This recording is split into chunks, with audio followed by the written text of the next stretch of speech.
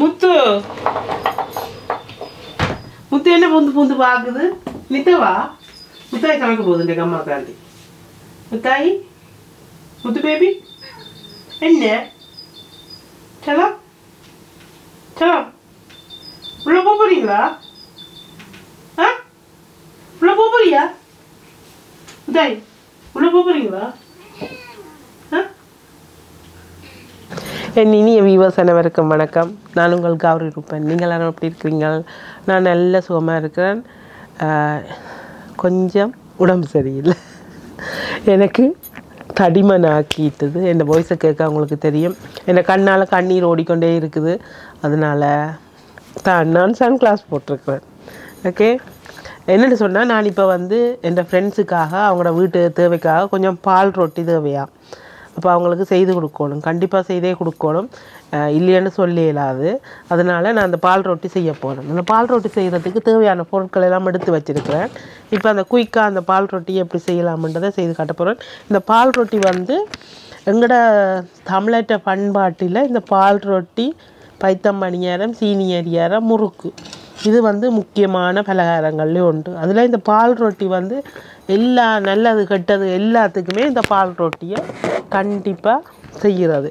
இப்போ நிறைய பேர் அதை பெருசாக செய்யாமல் விட்டுட்டினோம். இருந்தாலும் இந்த பால் ரொட்டி கண்டிப்பாக தேவை. செய்ய தெரியாத நீங்கள் தெரிஞ்சு கொள்ளுங்க, செய்யுங்க. சரியோ? இந்த பால் போனியால் அரிசி அளந்து எடுத்துருக்கிறேன். 1.5 கப் பாஸ்மதி ரைஸ் எடுத்துருக்கிறேன். நீங்கள் வெள்ளை அரிசி, வெள்ளை பச்சை அரிசி, என்ன அரிசி வேணுமென்றாலும் நீங்கள் எடுக்கலாம். நான் இப்போ இந்த அரிசியை ஒரு 1.5 மணித்தியாலம் தண்ணியில் ஊற போட்டேன். நான் தண்ணியில் ஊற போட்டு இப்போ இதை வடிக்கிறேன். இன்னொரு விஷயம் என்னென்னு சொன்னால், எனக்கு காலே அடிபட்டுருக்கு. அதனால் எழும்பி நிற்கலாது. பெருசாக அதால் தான் நான் கதிரையை போட்டி இருக்கிறேன். என்னடா நான் இருந்து கொண்டு கதைக்கிறேன்னு நீங்கள் நினைக்காதீங்க. நான் காலே அடிபட்டதால் லாஸ்ட் வீக் நெட் பால் விளையாடி, அது நார்மலாக எனக்கு எப்பயுமே அடிபடுறதான். அது ஒரு கொஞ்சம் நாளில் மாறிடும். சண்டே அண்டு வந்தால் சட்டை கிளியும். அதை மாதிரி விளையாட்டுன்னு போனால் கால் நோவும் அடிபடும். இதெல்லாம் பார்க்கக்கூடாது. அது எப்பயுமே எனக்கு நடக்கிறதா. அது கொஞ்சம் நாளில் சரியாக போயிடும். போன வாரம் நடந்தபடியாக இப்போ எனக்கு கொஞ்சம் நூறுறது கூடவே இருக்குது. சரியோ? கதையோட கதையை இந்த அரிசியை கொஞ்சம் தண்ணியை உலர விடுவேன், வடிய வைக்கிறேன். இந்த தண்ணி கெதியாக வடியணுமென்றதுக்காண்டி நான் இப்போ இந்த துணியில் போட்டு ஒரு 10 நிமிஷம் உலர விட்டால் இந்த இதில் அரிசியில் இருக்கிற தண்ணி எல்லாம் இந்த துணி எடுத்துடும்.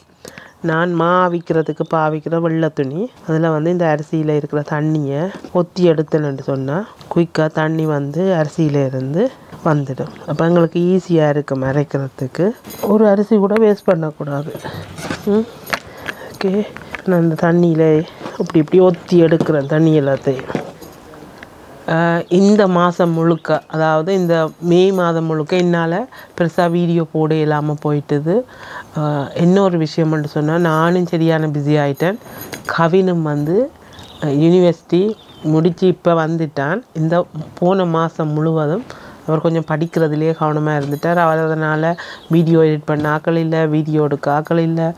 அதனால் நானே என்கிட்ட செல்ஃபில் கொஞ்சம் ஏதோ எனக்கு தெரிஞ்சதெல்லாம் எடுத்து போட்டு கொண்டு இருந்தேன். இனி கண்டிப்பாக உங்களுக்கு ரெகுலராக வீக்கில், அதாவது கிழமையில் 2 வீடியோ உங்களுக்கு வரும்.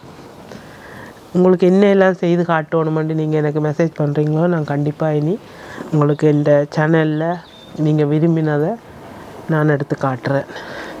ஓகே, இப்போ இந்த அரிசியை அரைக்கலாம். இப்போ சின்ன மிக்ஸி ஜாரண்டா குயிக்காக ஈஸியாக அடிக்கலாம். நார்மலாக தானே பவுடர் அடிக்கிறது. இப்போ அதால் இதில் ஈஸியாக குயிக்காக பவுடராக வந்துடும். இப்போ நான் ஊற போட்ட அரிசியை 2ஆக பிரித்து, மிக்ஸிக்கும் சரியாக வயசு போயிட்டுது. என்னோடய பாதி வயசு இந்த மிக்ஸி ஜாருக்கு, மிக்ஸி ஜாருக்கு. ஓகே, இப்போ இந்த அரிசி அரைக்கலாம்.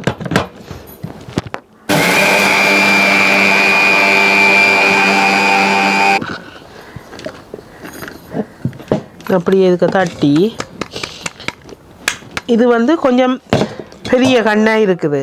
இந்த பால் ரொட்டிக்கு குருணி வேணும். அரிசி குருணியாக இருக்கணும். அதனால் கொஞ்சம் பெரிய கண்ணாக எடுத்துருக்கேன். இது பார்த்திங்கன்னா சரியான குட்டி கண்.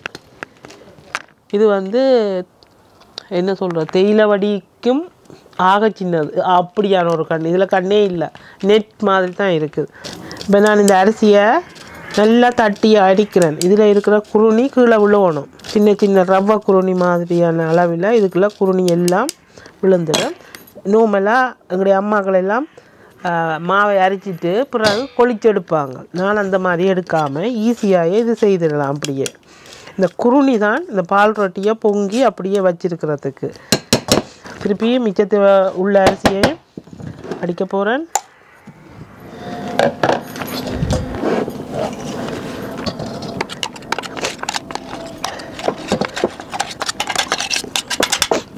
கையை வச்சு தட்டி அரைக்காமல் இப்படி கரண்டியால் தட்டி அரைக்கிறது உங்களுக்கு ஈஸியாக இருக்கும். கையை வச்சு அரிக்க இந்த நிகம் எல்லாத்தையும் இந்த அரிக்கன் இந்த அரிதட்டில் தேய்க்கும் போது இந்த நிகம் எல்லாம் தேயும். அதை விட கரண்டியால் வச்சு நீங்கள் இப்படி தேய்ச்சி அரிச்சிங்கன்னு சொன்னால் ஈஸியாக குருணி கீழே விழும்.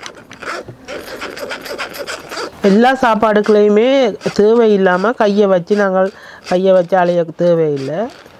தேவைப்பட்டால் மட்டும் சாப்பாட்டுக்களை கையை வைக்கலாம். மற்றும்படி நாங்கள் கரண்டியாலேயே செய்து பழகினோம்னு சொன்னால் ஈஸியாக இருக்கும்.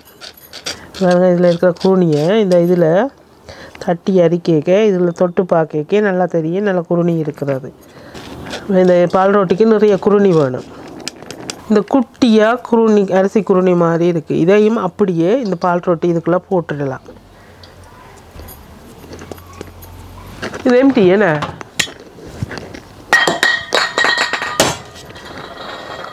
என்னடா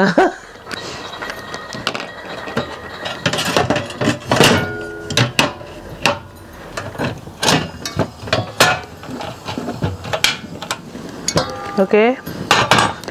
இப்போ நான் தேங்காய் பால் டின் எடுத்துருக்கேன். இந்த தேங்காய் பால் டின்னில் இருந்து நல்லா திக்காக இருக்குது தேங்காய் பால். 1/2 கப் தேங்காய் பால் எடுக்கிறேன். ஓகே, 1/2 கப் தேங்காய் பால் எடுத்துட்டு சரியா 1/2 கப் தண்ணி சேர்க்கிறேன். ஓகே, ஏன்னா இந்த தேங்காய் பால் வந்து நல்லா திக்காக இருக்குது. நல்ல தேங்காய் பால் திக்காக இருந்தாலும் அது நல்லதில்லை. கரெக்டாக 1/2 கப் தண்ணி சேர்த்து சூடாக்குவோம். இந்த பால் வந்து ஒரு பொங்குற மாதிரி வரைக்கும் இறக்கி விட்டுருவணும். அதுக்கு மேலே வைக்கக்கூடாது. பால் வந்து மேலே சூடு வந்து ஆவி வர தொடங்கிட்டது, கொதிச்சிட்டது, இந்த குமிழ் வருது. இந்த அளவு சூடுமே போதும். இறக்கி இனி வச்சிடணும். இங்கே சத்தம் கேட்குது. ஓகே, பால் கொதிச்சிட்டது. இறக்கி இந்த சூட்டோடு ஊற்றக்கூடாது.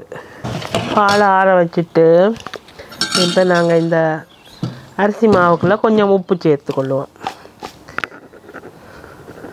கணக்க போடக்கூடாது. ஒரு 1/4 தேக்கரண்டி உப்பு, ஒரு பிஞ்ச் ஆஃப் சால்ட் வந்து வைப்போமே. அதுக்கு பிறகு இந்த மாவுக்குள்ளே கொஞ்சம் எள்ளு சேர்க்கிறேன். எள்ளு ஒரு மேசக்கரண்டி எள்ளு போடலாம், போடாமல் விடலாம், உங்களோட விருப்பம். எள்ளு போட்டால் கொஞ்சம் நல்லாயிருக்கும். அதுக்கு பிறகு மோதிரத்தை கலட்டி இந்த கையில் போட்டுட்டு மாக்குள்ளே கேக்கில் இப்போ இந்த தேங்காய் பாலை கொஞ்சமாக ஊற்றி குழைப்போம். ஓகே, இந்த அரிசி மாவு வந்து நிறைய தண்ணியை எடுக்காது. அதே நேரம் குயிக்காக மாவும் காஞ்சி போயிடும். ஓகே,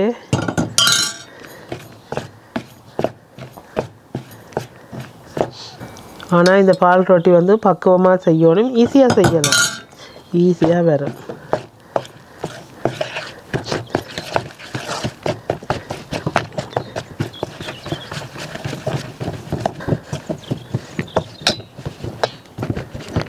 இப்போ மாவை குழைச்சா பிறகு இப்போ பொரிக்கிறதுக்கு ரெடி பண்ணுவோம்.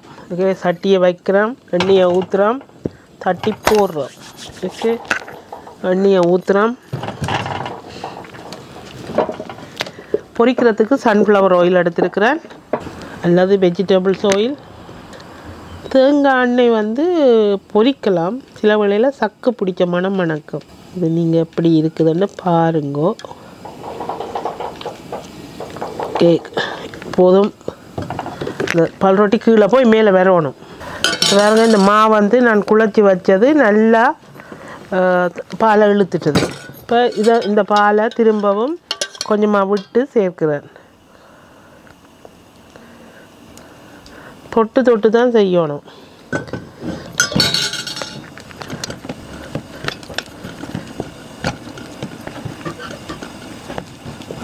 ஒரே அடியாக மாவை மிக்ஸ் பண்ணாமல் கொஞ்சம் கொஞ்சமாக பாலையும் விட்டு மாவையும் மிக்ஸ் பண்ணி இப்போ இந்த எண்ணெய் கொதிச்சிட்டது. இதுலேருந்து கொஞ்சம் எண்ணெய் எடுத்து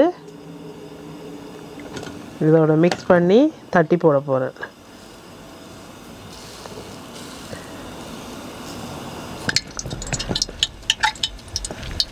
இந்த மாவு வந்து நல்லா சாஃப்டாக இருக்கணும் தட்டி போடக்கல. அப்போ ஒவ்வொரு காலம் மாவு எடுக்க கொஞ்சமாக அப்படி பிணைஞ்சு எடுத்து தான் தட்டணும். வாழை இலையில் அல்லது நான் இப்படி பொலித்தீன் பேக் எடுத்துருக்கிறேன். இதில் தான் தட்ட போகிறேன். சின்ன உருண்டையாக உருட்டிட்டு அதில் ஒன்று போட்டு பார்ப்போம். ஓகே, ஒரு பாக்களை உருண்டை எடுத்து எண்ணெய் எடுத்து பூசிக்கொள்ளணும். எண்ணெயை சூடாக இதில் விட்டிங்களான்னு சொன்னால் இந்த பேக் உரியிடும். சூடு இருக்கக்கூடாது. இப்போ எடுத்த மாவை சின்ன ஒரு உருண்டை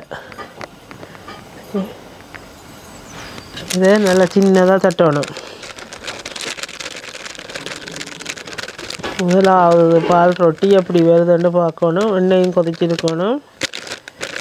ஓகே, போடலாம். இதுக்கு மேலே எண்ணெயை ஊற்றணும். வாவ், நல்லா தான் வந்திருக்குது. Okay, not bad. ஃபஸ்ட்டு போட்டது நான் நினைக்கிறேன், நான் எடுக்கும்போது நடுவில் பிஞ்சிட்டுதுன்னு நினைக்கிறேன், ஓட்டை விழுந்துட்டு, அதனால தான் இப்படி வந்துட்டுது. சரி, மற்றது மறுபடியும் போடுவோம். இப்போ இந்த எண்ணெய் மேலே ஊற்றணும், அப்போ தான் பொங்கி வரும். நல்லா சிவக்க விட்டு எடுக்கணும். ஓகே, அப்படியே பொரியட்டும். அடுத்ததை தட்டி பார்ப்போம். ஒவ்வொரு கால் மட்டும் கேக்கில் மாடு கேக்கில் நல்லா மிக்ஸ் பண்ணி தட்டி எடுக்கணும்.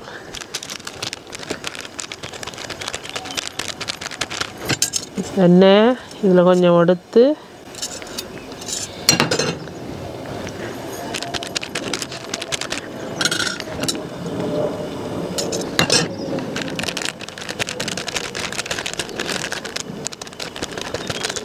பால் ரொட்டி குளு குளு குளு குளு குளு.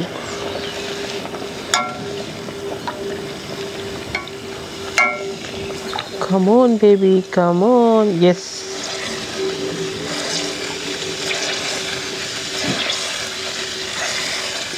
நல்லா எண்ணெயை ஊற்றிட்டு தட்டி எடுக்கணும். இனி முதல் பொரிச்சதை எடுக்கலாம். நல்லா சிவக்க விட்டு எடுக்கலாம்.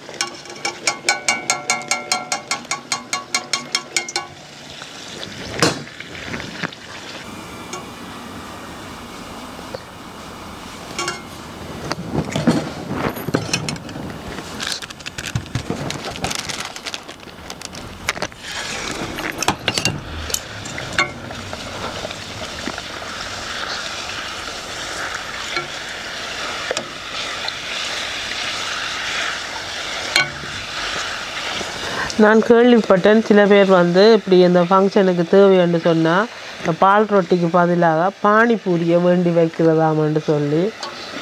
ஆனால் அப்படி செய்யாதேங்கோ, தயவுசெய்து எங்களோட கலாச்சாரத்தில் இருக்கிறது அப்படி மாற்றாதேங்கோ.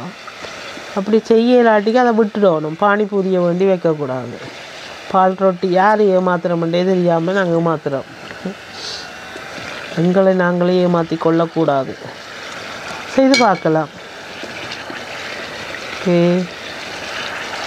இது சூப்பராக வந்திருக்குதுண்டு. இந்த பால் ரொட்டி செய்யக்க ஒரு சிலர் வந்து பக்கத்தில் ஆக்களை வச்சுருக்க மாட்டேனம்மா மேலன்ட்டு சொன்னால் பால் ரொட்டி பொங்காமல் வந்துடுமென்று சொல்லி, அதனால் பக்கத்தில் ஆக்கள் இருந்தால் செய்ய மாட்டேனம்மாமன்ட்டு நான் கேள்விப்பட்டேன். நீங்கள் நல்லா ஒரு விஷயம் செய்வீங்களான்ட்டு சொன்னால் அதை யாராலையும் மாற்ற முடியாது. உங்களோட கான்ஃபிடென்ட்டை யாராலையும் மாற்ற முடியாது. அது அவங்க இருந்ததால் தான் இது வேற இல்லைன்னு சொல்லலாது. ஓகே, நான் அப்படி இல்லை. எனக்கு தெரியும், என்னில் நம்பிக்கை இருக்குது, நான் செய்வேன் என்று சொல்லி. அது அவங்க பார்த்ததால எனக்கு பிழைச்சி போகிறது இல்லை. எங்கே நான் பிள்ளை விட்டேன், அதை எப்படி சரி பண்ணலாமென்று பார்த்து சரி பண்ணணும். இப்போ அவங்க எப்படி வந்திருக்கண்டு நல்ல முறுமுருண்டு இருக்குது. பொரிக்கும் போது சாப்பிடக்கூடாதுன்னு சொல்கிறது போய், அதெல்லாம் சாப்பிடலாம். அது ஒரு சிலதை நாங்கள் நம்பக்கூடாது, எங்களுக்கும் அறிவு இருக்குது. நாங்கள் எதை நம்பணும் இதை நம்பக்கூடாதுன்ட்டு எங்களுக்கும் தெரியும். Okay, simple. இப்போ இந்த மாவு வந்து ஒவ்வொரு காலம் எடுக்க நல்லா பிணைஞ்சு எடுக்கணும். கொஞ்சம் பெருசாக போடுவோம், ஏன்னா குட்டி குட்டியாக போடாமல் இப்படி மாவு எடுத்து நல்லா பிணைஞ்சு எடுக்கணும். எடுத்துட்டு நல்லா உருண்டை ஆக்கிட்டு இதை கையில் வச்சு தட்டுறதை விட அப்படி மேசையில் அல்லது ஒர்க் டாப்பில் தட்டுறது ஈஸி. நல்ல மெல்லிசாக தட்டணும். ஓகே, அதை வடிவாக வட்டமாக்கிட்டு எண்ணெயில் போடுறோம். எண்ணெய் கொதிச்சிருக்கணும், அப்போ தான் பொங்கி வரும்.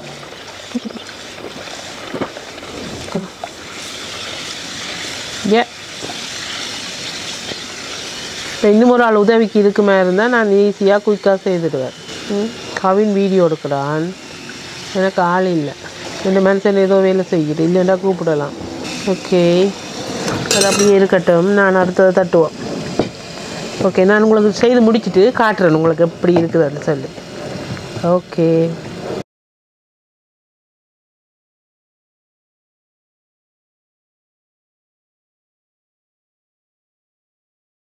இன்றைக்கு வந்து என்னோடய ஃப்ரெண்டுக்கு கொஞ்சம் பால் ரொட்டி தேவைப்பட்டது, அவளுக்காண்டி நான் செய்து கொடுத்துருக்குறேன். இந்த பால் ரொட்டி நிறைய வீடியோ நான் போட்டுட்டேன். இன்றைக்கும் இந்த பால் ரொட்டி வீடியோ உங்களுக்காக எடுத்திருக்கிறேன், பாருங்க. பார்த்துட்டு செய்ய தெரியாது நீங்கள் செய்யுங்க. இத்துடன் இந்த வீடியோ முடிச்சுக்கொண்டு மீண்டும் நல்ல ஒரு வீடியோட நான் உங்களை சந்திக்கிறேன். நன்றி, வணக்கம். நன்றி, தேங்க்யூ, பாய் பாய்.